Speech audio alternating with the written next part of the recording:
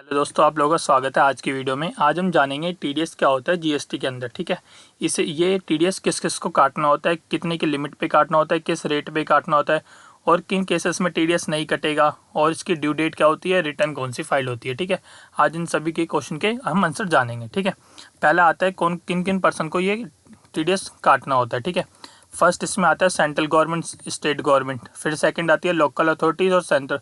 ठीक है, फिर आता है इसमें गवर्नमेंट एजेंसीज या अदर नोटिफाइड पर्सन। ठीक है, फिर इसके बाद जो लिमिट जो होती है इसके, अगर आपने 2.5 लाख से ऊपर की अगर आपने टोटल सप्लाई करी है, ठीक है, तो उस केसेस में आपके ऊपर टीडीएस कटेगा। ठीक है, टैक्सेबल वैल्यू 2.5 लाख रुपये। अगर आपने 2.5 लाख से ऊपर की सप्लाई अगर आपने सेंट्रल गवर्नमेंट या स्टेट गवर्नमेंट को करी है या लोकल अथॉरिटीज़ को करी है या गवर्नमेंट एजेंसी या अदर नोटिफाइड पर्सन को आपने किसी को भी सप्लाई करी है 2.5 लाख से ऊपर की, ठीक है, तो उस केसेस में आपका टीडीएस कटेगा। ठीक है, फिर आता है रेट ऑफ टीडीएस। ठीक है, कि कितने परसेंट पे आपका टीडीएस डिडक्ट होगा। ये टीडीएस जो होता है 2% पे करता है। ठीक है, आईजीएसटी 2%, बाकी 1% सीजीएसटी, 1% एसजीएसटी। ठीक है, फिर आता है किन किन सिचुएशन में टीडीएस नहीं कटेगा। इसके अंदर ये होता है कि 2 लोकेशन होती है, एक रेसिपिएंट की लोकेशन और एक सप्लायर की लोकेशन।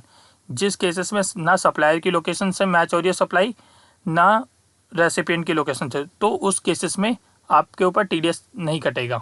ठीक है, फिर आती है इसकी रिटर्न। इसकी जो रिटर्न जो जाती है वो जाती है जीएसटीआर 7। ठीक है, ये एवरी 10th को भरनी होती है हमें। ठीक है, जो इसकी जो ड्यू डेट आती है। अब इसमें आ गया रेट ऑफ टीडीएस। ठीक है, अंडर सीजीएसटी 1%, अंडर आईजीएसटी 2%। ठीक है, अब इसके अंदर अभी आता है एप्लीकेबिलिटी ऑफ टीडीएस। ठीक है, अब इस केसेस में वो था कि किन किस केसेस में टीडीएस कटेगा नहीं कटेगा। अगर सप्लायर की लोकेशन और रेसिपिएंट की लोकेशन अगर मैच होती है तो कटेगा। ठीक है, या अगर रेसिपिएंट की लोकेशन और प्लेस ऑफ सप्लाई की लोकेशन मैच होती है तब कटेगा। अगर ये दोनों लोकेशन अगर नहीं मैच होती, यानी कि सप्लायर की लोकेशन और रेसिपिएंट की लोकेशन ना प्लेस ऑफ सप्लाई की लोकेशन से मैच नहीं होती है, तो उस केसेस में आपका टीडीएस नहीं कटेगा। ठीक है दोस्तों, फिर मिलते हैं नेक्स्ट।